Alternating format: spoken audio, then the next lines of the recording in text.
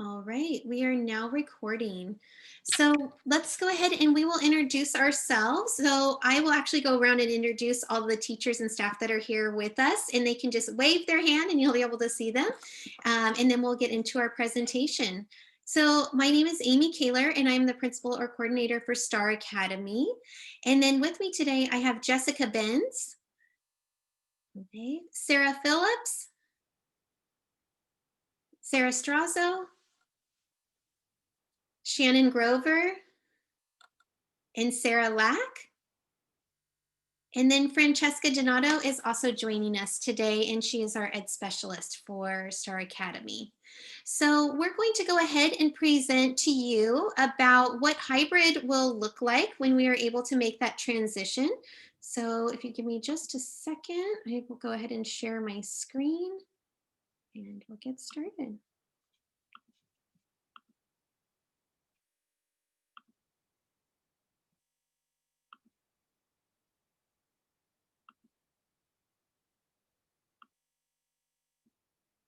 All right, so here, let's go ahead and get started. So today we're presenting on our kindergarten hybrid plan, and it will talk about both if you are hybrid in person, that's partially in person, partially virtual, and what extended distance learning will look like when we move into this hybrid plan. So moving, let me make this a little smaller. So as we transition into hybrid, we are remembering to take into account safety, which is our number one priority. We also want to have as much consistency as possible for our students, and then stability for all of our families, staff, and students. So the steps that we're taking to make this transition happen are on November 2nd to 6th is when you were sent out the questionnaire or the document to fill out and sign up for if you wanted hybrid, in which track you were preferring to have, or if you wanted to be on extended distance learning. Over the last few weeks since then, we have been working on building classes, and we're just making a few small changes. And then this week on Friday, we will be emailing you to confirm what hybrid or distance learning model your child will be in. So hybrid, are you A track or B track, or are you extended distance learning, and who the teacher will be for your child in that new format. This transition of class assignments will start as of January 4th. That is when our second semester starts. So it's the perfect time to make that transition. Our hybrid, switching over to the hybrid model, is now on a rolling timeline depending on what the county health is looking like, or now it's a regional, what the Sacramento region is looking like. So when we transition to red, orange, or yellow, within about 2 weeks-ish of that time that the county transitions into one of those other colors out of the purple that we're in now, we will switch over to hybrid. And by doing the transition to the new teachers right at the semester 2 beginning, that will allow us to make that transition quickly.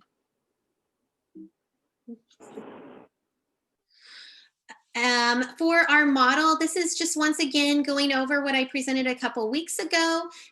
We're trying to build a supportive hybrid model. This will include hybrid teachers that are designated to just hybrid students. It will have a distance learning teacher that's designated just towards the distance learning students, but also will support the hybrid students on virtual days. And then the distance learning facilitator, this is a new person that we are hiring for each grade level to help give additional support to our students.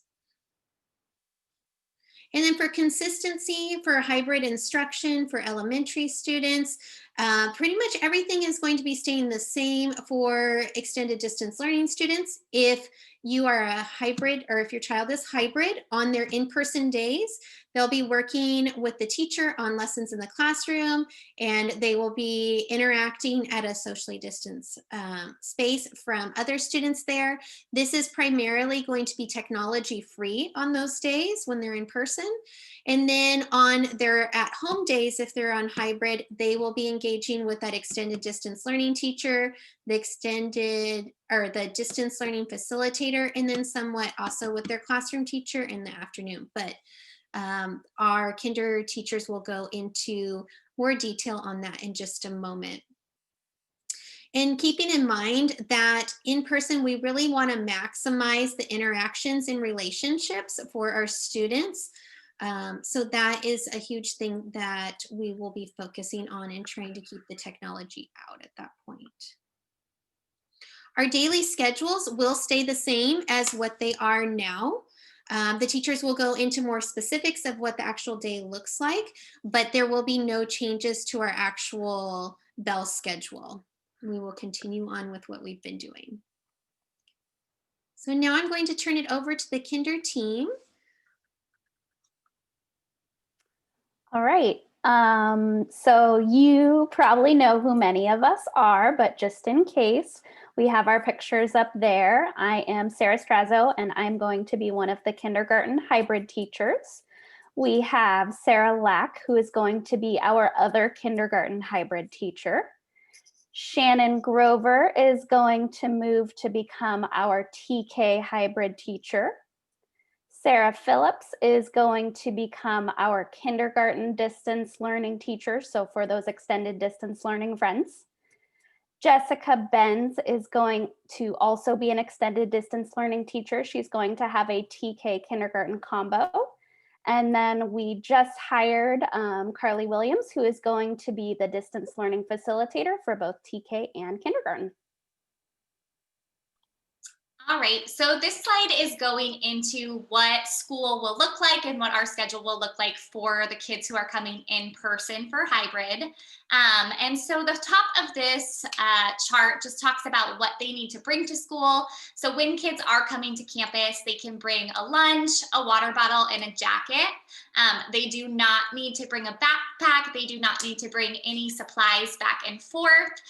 Everything that they'll need to use for school in the classroom will be provided for them in the classroom. And then, like Mrs. Kaler said, our daily schedule is not changing.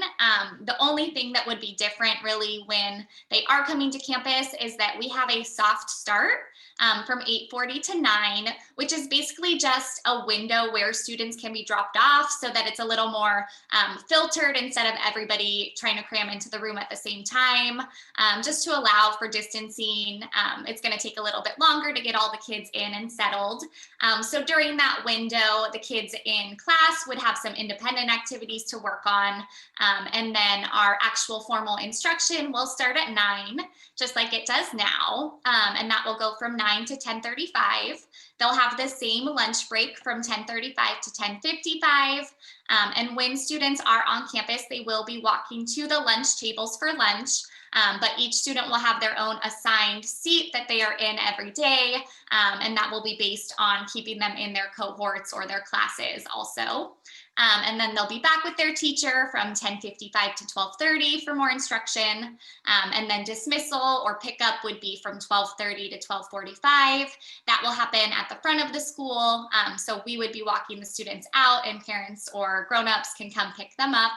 And then from 12:30 to 1:30, they will have a few more asynchronous activities to work on, just like they do now in our schedule, whether we're on Zoom or in person. That will stay the same also.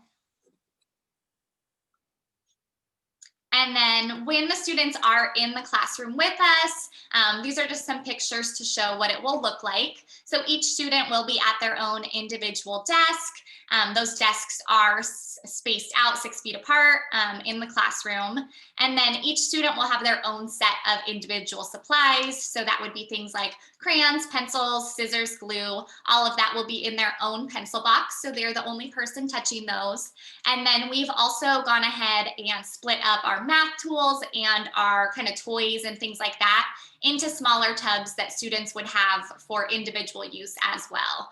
So really we're kind of eliminating any materials that would be passed back and forth between kids throughout the day. Everybody has their own set, and those things would always be completely cleaned before they would be used by another student. And then they will just have a storage crate that each student will have to keep their water bottle and lunchbox and jacket in with those supplies that they'll be using. So one of the things that the kindergarten team has been spending the most time thinking about is how can we help students prepare for this transition to hybrid learning? And we have thought of some things that you can do as well to help your student prepare to transition to distance learning, or excuse me, hybrid learning. So one of the biggest changes that's going to be coming to kindergarten is that as teachers, we are also going to try to stay physically distanced from our students. So that means that kind of typical things that would happen in the kindergarten classroom, like us helping students to tie shoes, helping students put on and zip up their jackets, that kind of stuff, we really want to avoid as much as possible because we want to practice that physical distancing. So a huge thing that you can do starting right now is either help your student learn to tie their shoes. They can do it, I promise. Or you could also plan on sending them to school in shoes without laces, and then also practicing things like buttoning and unbuttoning your pants for independent bathroom use, practicing zipping and unzipping your jacket or getting those sleeves on the right way. Those would be super duper helpful to practice right now. We also want our students to start to practice 100% independent bathroom use. This is kind of a typical problem that kindergarten has at the beginning of any year, not just in our transition to hybrid learning. So you want to make sure that your student is used to closing the door when they go to the bathroom. That's a big one. Getting them used to an automatic flush if possible, or talking about what that's going to be like. Our toilets do have an automatic flush at school. And then also practicing those correct hand washing. Yeah.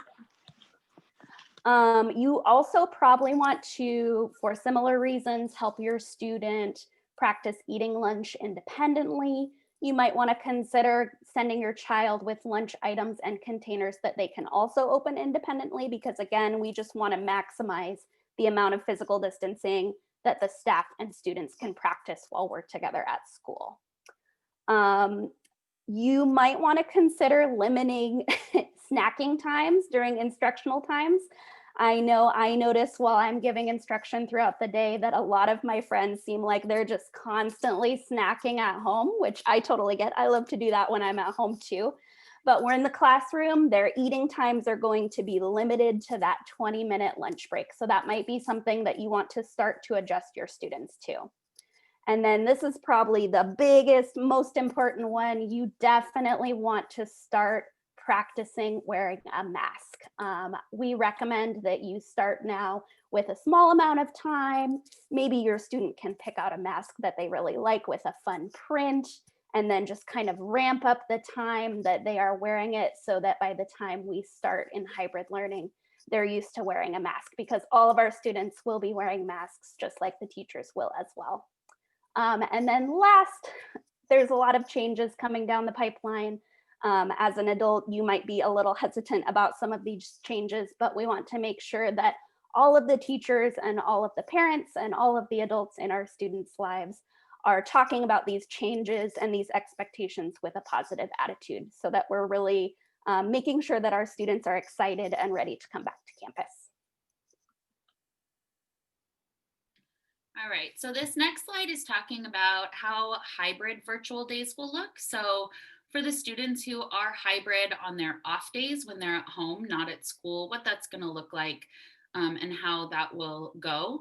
So basically, everything is going to remain the same. However, on students' off days from being at school, they will join my class for mini lessons. They won't be in our class all day. It'll just be a short, quick mini lesson that they come in for core instruction so that they can get their directions and clarification on how to accomplish whatever task is in front of them. And then we will have the distance learning facilitator, Miss Williams, available for additional support outside of our meetings. So how that will look is your hybrid student on their off day will come to me for their mini lesson, and then I will send them into a breakout room with Miss Williams, the distance learning facilitator. That way, even on their off days, they're still getting the instruction and still getting the support that they need.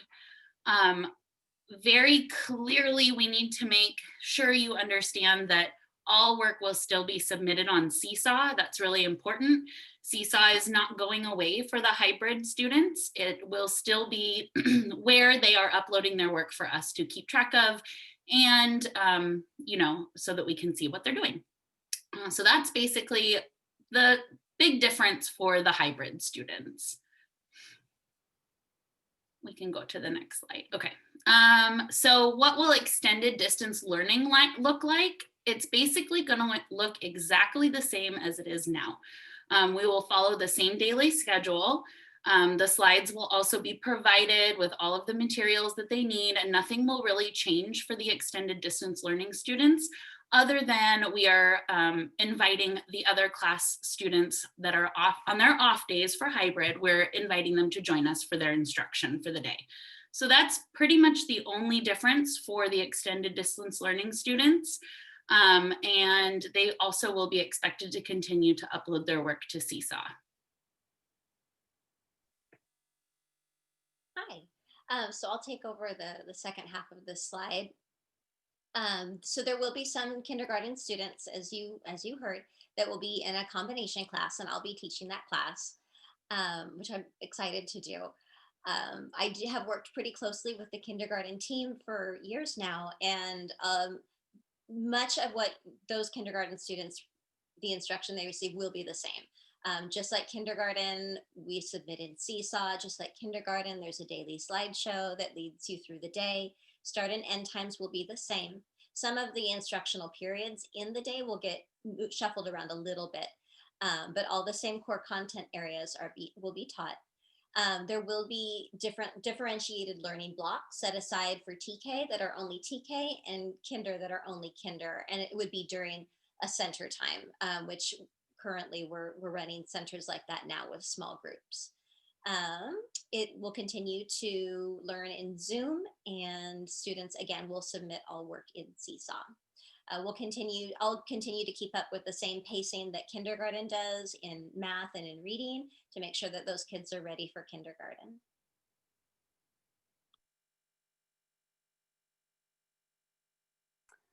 So another thing that the kindergarten team has been spending a lot of time thinking about is how can we support all of our students with their social emotional development through some of these big changes that are coming at them pretty soon. So we have a plan. We are first going to really focus on active community building, and we've already been doing that in all of our classes. That's going to continue moving forward once students are placed in their new classes starting on January 4th. We're still going to have our daily morning meetings. You may have heard those referred to as family meetings because we are a classroom family. Even the students who are hybrid students on their off days are going to tune into a daily morning meeting with their home teacher. So that means if a hybrid student is in my class, even on their off day, they're still going to tune into my morning meeting, even though they would tune into Mrs. Phillips' other instruction throughout the day, because we really want our classes to maintain that family feeling, and we don't want to create kind of two separate classes within our class. We really want to reinforce to students that all of us are one big family. So students are still going to tune into morning meetings with their home teacher. We're going to continue our student of the week process. If your student has not been student of the week yet, don't worry, they're going to get that opportunity in the future. And that's a great way for students to learn about each other and really form those connections with each other. We are also going to have periods of small group instruction or individualized instruction. And we're looking at not just focusing on academics during those times, but also bringing in some social emotional learning and some community building during those times to reinforce those relationships. We are going to continue our weekly social emotional learning lessons. If you are a kindergarten parent, you might know that those usually happen asynchronously on Tuesdays and Fridays. So that's going to continue moving forward because, of course, social emotional learning is a huge important part of your child's kindergarten experience. They are also going to keep having those Kind Kids Club lessons with Ms. Hines once a week for additional social emotional learning direct instruction. And then I think the biggest takeaway that we want everybody to have is that we as a kindergarten team are really trying to approach this process with consistency and collaboration between teachers and classes. So even if your student is changing classes, all of the kindergarten teachers are still sharing lesson plans, we're still sharing schedules, and I think you'll see that a lot of our instructional practices mirror each other. So students might be used to being in my class, but they're still going to get a lot of the same experiences in, say, Mrs. Phillips' class or Miss Spen's class. And they're still going to get those asynchronous videos from the whole kindergarten team, so they'll still get to see all of us at least once a week.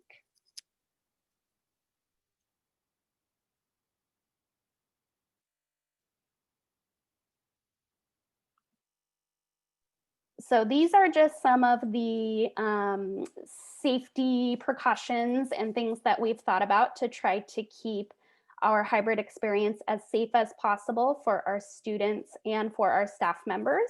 So we talked a little bit about the staggered drop-off time. Students are going to have that soft start from 8:40 until 9 o'clock so that not everybody is rolling in at the same time, and we can make sure that students can enter campus safely. We are also going to have designated routes for entry and exit. As a parent, you are not going to be able to walk your student directly to the classroom, but we will have lots of staff members that are available to help guide students to the classroom. And we're lucky because the kindergarten building is so close to the front of the school, there's not very far to walk for students. We are going to be requiring face coverings even for TK and kindergarten students, and they are of course required for staff and visitors. So again, super important that you're starting to practice that mask wearing with your student. As far as recess and breaks go, we are just going to do our best to keep our students from intermixing with each other. So any recess and break times, students are going to be only with other students in their cohorts. We're going to do a ton of hand washing. We're going to spend so much time hand washing.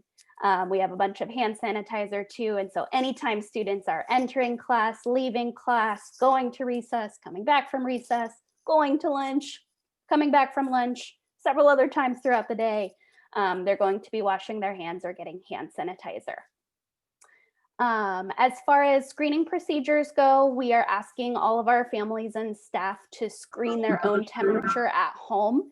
Please do not send your student to school if they have any symptoms, any fever, any cough, anything like that.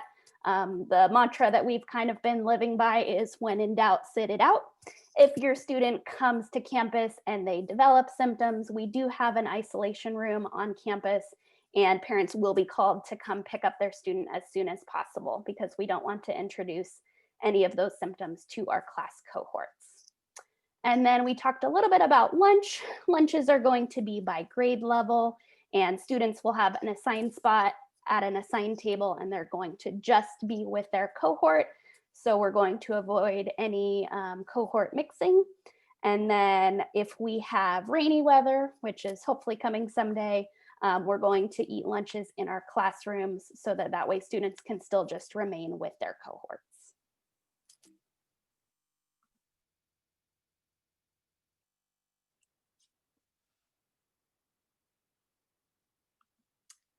All right, so we're going to move into the question time. I don't know if there's, oh, the chat is really quiet in this group. If you have questions, please feel free to type it in the chat. Let's see what we have. So, kindergarten team, can you give an example of how Yeah, I can take that we question. need to look in hybrid? Yeah, so the question is just kind of, can we give an example of what a week would look like for a hybrid student? So I'll just give an example. Let's say the student is in my cohort A group for hybrid. So on Monday and Tuesday, they would come to school. And they would follow that schedule that I went over at school. So they would be dropped off sometime between 8:40 and 9, picked up between 12:30 and 12:45 for Monday and Tuesday. So for those days, they don't need to be on Zoom at all. They don't need to be turning things in on Seesaw because they would just be doing it in the classroom and give it to me. On Wednesdays, Wednesday is staying the same. So everybody is at home. And we would still have that short class meeting where they are in Zoom with their teacher. And then for Thursday and Friday for that kid, those are their virtual days. So on those days, they would be able to Zoom in for the class meeting with me and the rest of the B students. And then after that, they would go to Mrs. Phillips' Zoom and they would watch her for the instruction. So typically we have math after that. So they would switch from my Zoom into Mrs. Phillips's class. They would watch her teach the math lesson, and then they would have the opportunity to either work independently on their math or work with Miss Williams, our distance learning facilitator, to finish that up and get it turned in. So for those virtual days on Thursday and Friday, they would be watching Mrs. Phillips primarily, and then doing their work more independently the same way that they would do it on Wednesday or our asynchronous activities.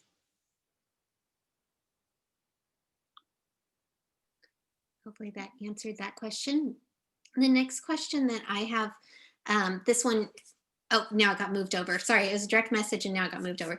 But if a student has a non-COVID sick day, how will that be handled? Will they still need to go back and finish Seesaw for that day? If they're feeling well enough, will they join the extended distance learning group? So yes, everything is set up. So if they are sick and they have any symptoms of anything of being sick, we don't want them to come to school.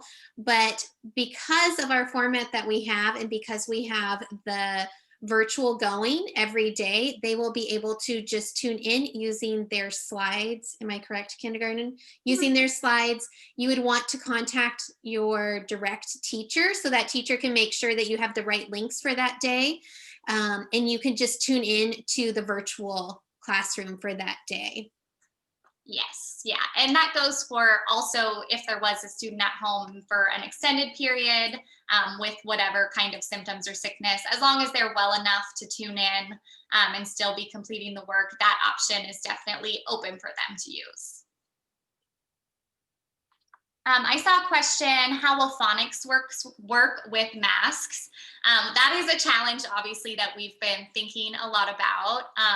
And there's kind of pros and cons to each side. So through Zoom, they can see our mouths, but sound is a little more iffy. Sometimes you don't pick up the right sounds. In person, you can hear the sounds better, but you can't see the mouth formation. And so what I would say is that they still do have those virtual days that they would be tuning in on Zoom. And each of the kindergarten teachers does some phonics practice throughout the day. In person, I would probably try some things with masks, but honestly, my goal would probably be to just record clips of me doing the phonics instead so that they can see the lips and tongue and everything, just because that is so important for their own development. And I think kind of as a team, that's kind of what we were thinking as a whole.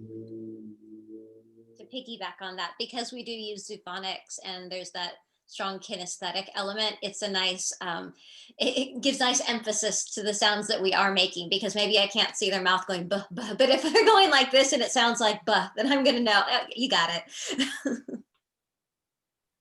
I saw a question that I wanted to address about the 3 separate Zoom sessions for hybrid students.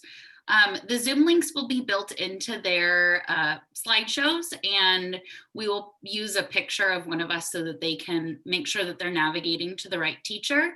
But it's not 3. I just want to clarify that it's 2. You go to your home class in the morning for the family check-in, and then they'll come to me, but they're not going to a separate Zoom with the distance learning facilitator. I will push them into a breakout room. So it's just one Zoom link for me, and I can bring them back for the next part of instruction. So it'll just be me pushing them in and out of the Zoom. They'll just need to go from their class meeting to my meeting, and those will both be on a slide to help them with pictures so that they can navigate it on their own. And also, just to clarify, no iPads are coming to school. I know Francesca answered that question, but I wanted to make it clear that iPads will stay home. The goal for hybrid in-person days are to get away from the technology as much as possible. So everything that they do in hybrid in the classroom will be pencil and paper or verbal. I think there's a couple questions that got pushed. I see a question, how many kids will be in each extended distance learning class? Amy, do you want to comment to that, the cap? I believe it is between 22 and 28. I believe. I think I'm right. That sounds about right, but we were waiting on final numbers, so. Yeah, I know there's a couple questions that have been thrown out about that and about moving teachers versus hybrid and stuff like that. I know that the class assignments have not gone out yet, and I'm sure you're very eager to see that and just know what's going on. But there are just still a couple more moving pieces that we want to confirm with different families before those go out. There was a question about the cutoff date for, it says giving up on the possibility of hybrid learning, and is at the end of spring break. I think, Amy, that might be a question for you. So for hybrid learning, the direction that I have been given is that we will not give up on it until the last day of school, because California public schools are required to open if possible. It just right now with the purple tier is what's kind of throwing everything off. But there's also legislature that's trying to be pushed through right now that says you have to open within 2 weeks of going into red, orange, or yellow. And so that was already our plan. So as soon as we know that that's going, then we'll move for that. But our goal is to open as soon as we can safely under the regional public health guidelines. And then another question says, if our student is moving into hybrid learning and their current teacher is also going to be a hybrid teacher, will they keep their same teacher? And while class placements are not finalized yet, we understand that ideally you'll maintain a teacher if that's possible. So I believe I could say largely we're trying, but we can't guarantee. Yeah. I would agree with that, Jessica. Thank you. Well said.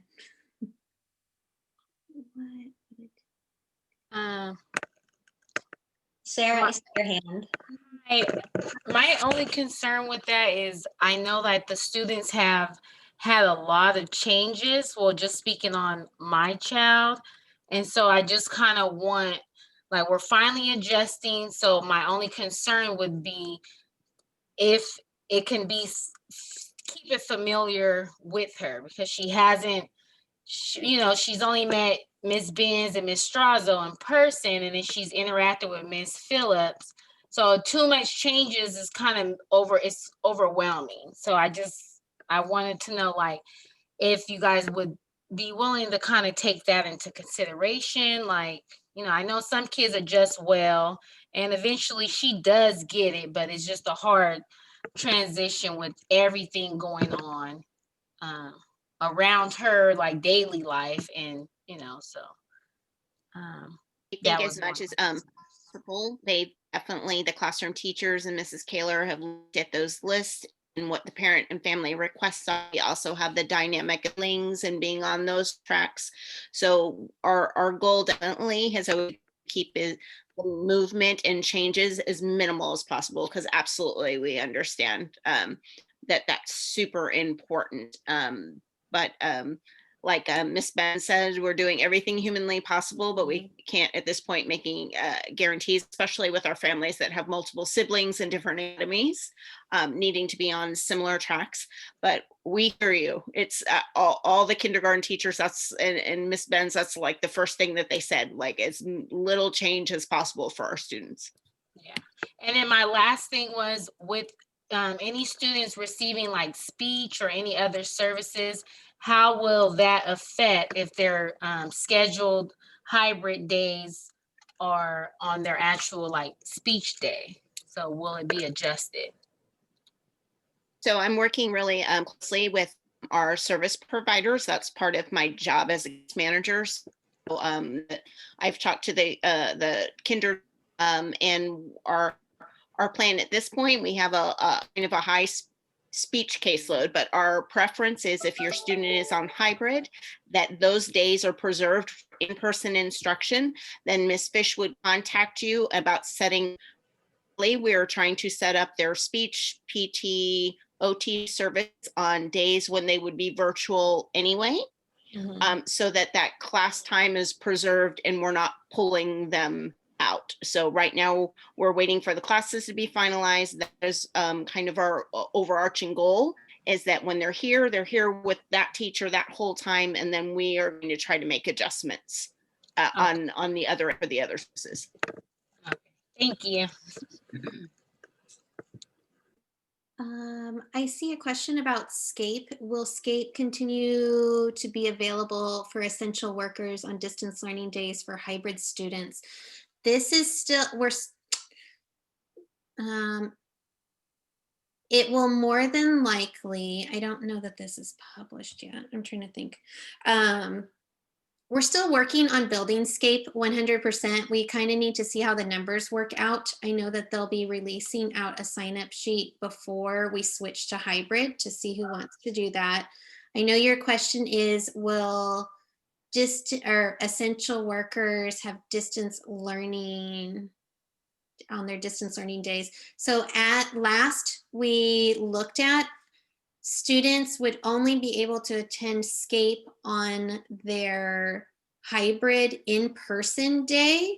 And then Wednesday could be anybody, but this keeps changing. So I would say we haven't committed to one way or the other yet. It's going to kind of depend on what's going on. And then will Spanish art library be only on Zoom days? So when we're in hybrid, the students, if they are on hybrid on their A day or B day, depending on which track they are, they will get in-person specials. So that's the library Spanish art Kind Kids Club. If they are an extended distance learning student, they will get it on a specific day in time for their group of students, for their class. And it would be on Zoom for them because everything's on Zoom for them. I'm trying to see if we missed I think there was one above. It's what would it take to have smaller classrooms via Zoom? I know that I think all of us are creating small group times so that we can have that smaller group experience and give more attention and instruction to the group in front of us, because we know that when we have 24 at one time, I mean, just like in the classroom, when you're teaching 24, you can't give as much time and attention to each individual child. So I would say that small groups are where we're going to be focusing that individualized attention. Mrs. Kaler, do you want to add to that? I think that's well said. We did hire the extended distance learning facilitator to help with that too, to be able to run small group or one-on-one instruction, but we are not hiring any additional teachers. So I'm not sure if the question was trying to get at hiring additional teachers. That's not something that's in our budget to do.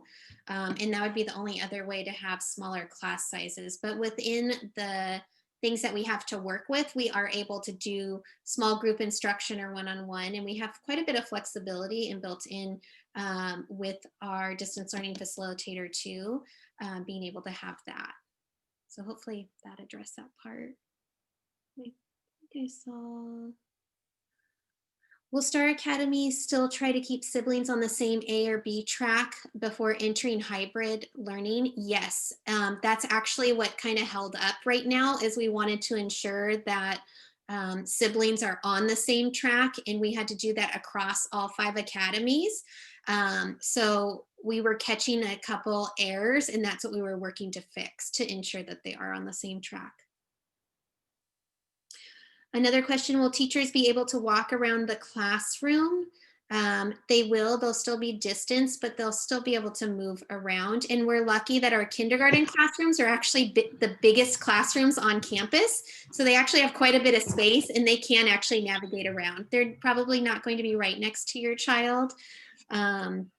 they need to socially distance as much as possible, but they will have that movement. That's part of classroom management in that. But very, very lucky in kindergarten with the amount of space that they have. And then we have about 2 minutes, and then we're going to have to jump into another one of these meetings. Siblings are placed. Are there any say something real quick, just because I'm sure there's some parents out there feeling some nerves about if their student ends up with a different teacher. And I just really wanted to speak to the fact that, you know, our instruction is very consistent within the team.